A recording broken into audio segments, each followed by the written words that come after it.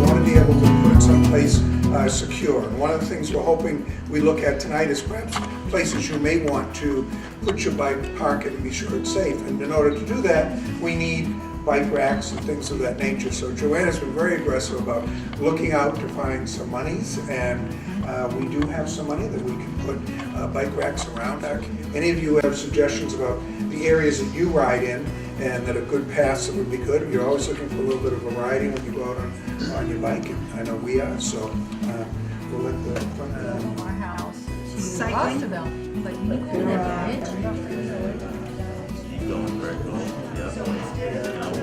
Kennedy Compound We hang. say hello. I go up to the golf course. Oh, you Check out the do? view. Oh, it's Oh, yeah, gorgeous. yeah, right, It's yeah. I hear you. I hear It's you. gorgeous. I mean, for someone who's a recreational cyclist who wants to see Hyannis Point, Yeah. that's a view. That's what's making it so much more imperative. So to make a route like this more fun for people to use, we'll probably do. to your left, and you know, see no cars are coming out here. You know, you're gonna have to walk your bike over the bridge. I want to go. And you come right like this. When's that gonna? The road up to Independence down to South Flint, Rock it up. That's our road right there. That's your road, right? Yeah, I want to continue doing that. Well, South Flint Rock. Oh, sorry, South Flint. Down to the. They wanted to go out and come back, really attracted to scenic areas. Looks like everybody kind of overlapped in the bike paths that they used, so a good amount of consistency they were looking for. Places where there was enough shoulder to ride and not a lot of traffic. Clearly safety was premium, and a balance. They spoke to a balance, the need for both cyclists to be obeying the rules of the road and drivers really to be aware of cyclists there. A few places that they stopped, mostly cycling for exercise, but on longer routes they would make stops at cafes. Tended to avoid routes where there was too much traffic, where there were too many curb cuts.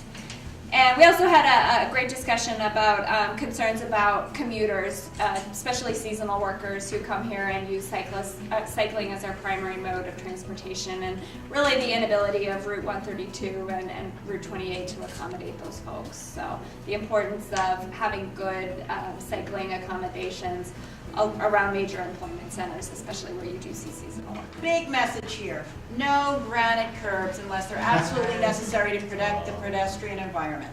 So that's something for us to think about in-house. Why do we need to put granite curbs out on Parker Road or out here or out there? So we have to start thinking about that. Cape Cod berm seems to be okay. Granite curbs, not the cyclist friends. Does everybody agree with that? Yes. Okay. Spent a lot of time talking about the difficulties, the conflicts between cycling and motorists, and you know that kind of makes me feel a little intimidated, but there's lots of work to be done there. I know Officer Morrison works on that all the time, so we have to, it sounds to me like outreach education, maybe some signage. We also heard a little bit about the seasonal worker population, and we did invite actually Mr. Poplaski here this evening, so we'll talk to him about this too. Lots of ideas about places that, routes that people use already and how they could be improved, perhaps by signage, perhaps by striping if there's enough room in the layout.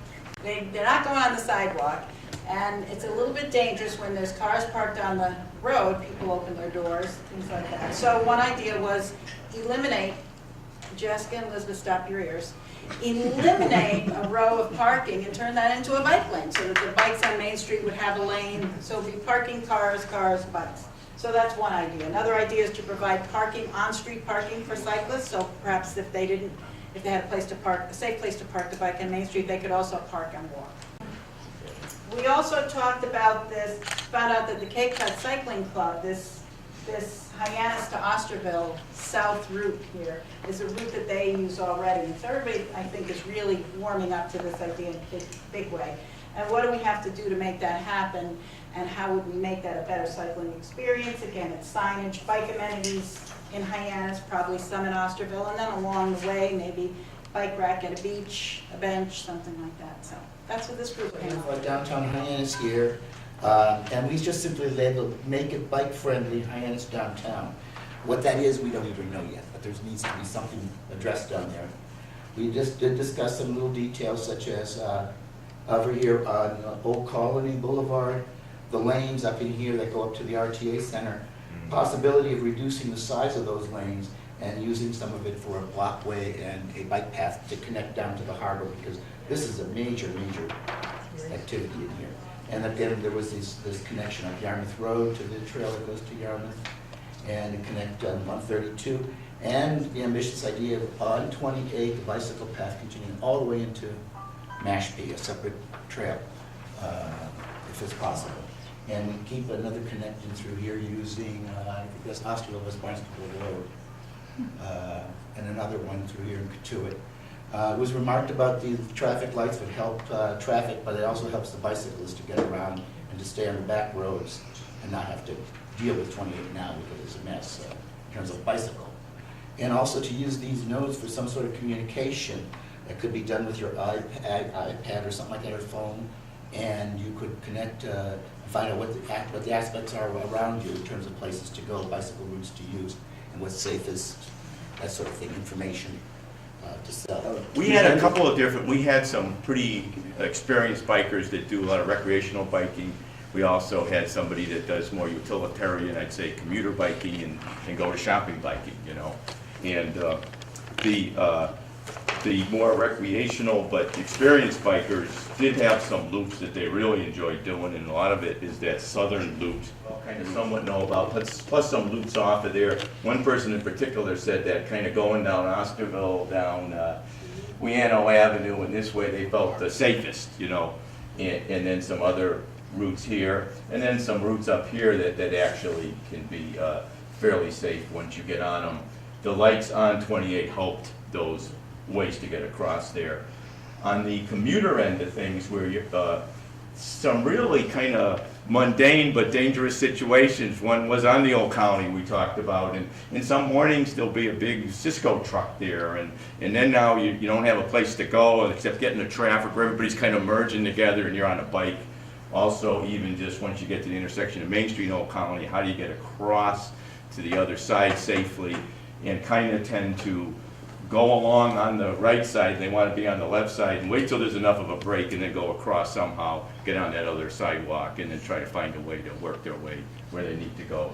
So kind of, and then also another bottleneck for them was even just trying to go to Bell Tower Mall is hard enough in a car, but then when you're coming up, you can get up to 28, but then getting across 28 and getting to your destination and back out again is can be a real adventure, you know. And so that was, and we did talk a little bit about the use of the road space itself, and I tried to explain what I understood what could be done now when you have limited space, and we did talk a little bit, some people knew about the Sharrows. You don't really, I don't know if there are any on Cape Cod, and if there are, they're very few, and so people don't even know what they are, but that's one of the designated things that, say you only have 10 or 12 feet and you got no room to do anything else, was to try to get the message.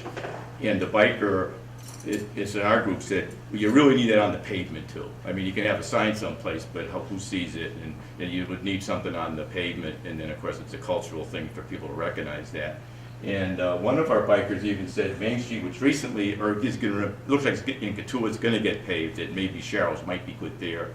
Some other roads aren't even that heavily traveled, maybe you don't even need Sharrows, but then other ones that you do, in making those judgments, but start doing that.